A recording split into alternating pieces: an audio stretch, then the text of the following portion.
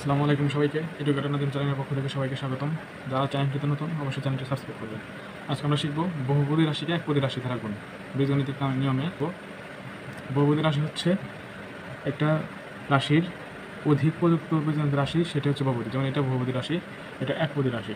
এইটা করার নিয়ম হচ্ছে বহুপদী রাশিকে একপদী রাশি দ্বারা গুণ করলে গুণের প্রত্যেক পদকে গুণক দ্বারা গুণ করতে হয়।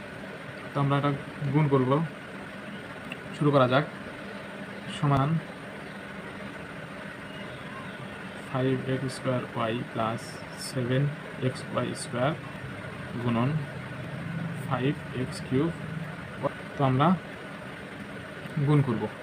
তো প্রথমে আমরা এটা দ্বারা এটাকে গুণ করব, তারপরে এটা দ্বারা এটাকে গুণ করব। তো প্রথমে এটা দ্বারা এটাকে গুণ করব। প্রথমে 5x² গুণন এটা 5x³ যোগ আছে, আমরা যোগ চিহ্ন দিব।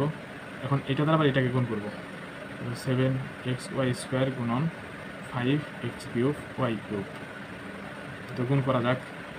5 গুণ করলে কত হয়? 25।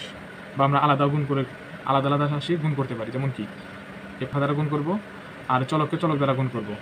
গুণন x² গুণন x³ গুণন y গুণন y³ যোগ এই সংখ্যাকে সংখ্যা দ্বারা গুণ করব। তাহলে 7 গুণন 5 গুণন x³ গুণন x গুণন এই y³ গুণন y²। আমরা এখন সমাধান করব। 5 গুণ করলে হচ্ছে 25। 5 গুণ করলে হচ্ছে 25। এই x² আর x³ গুণ করলে হচ্ছে x⁵, মানে পাওয়ার গুণের সময় যোগ হয়ে যাবে। 5 গুণন আছে x গুণন x³ মানে x³ y, মানে y আছে 3টা, y আছে 1টা, তাহলে 4টা y⁴ যোগ চিহ্ন হচ্ছে যোগ চিহ্ন দিব।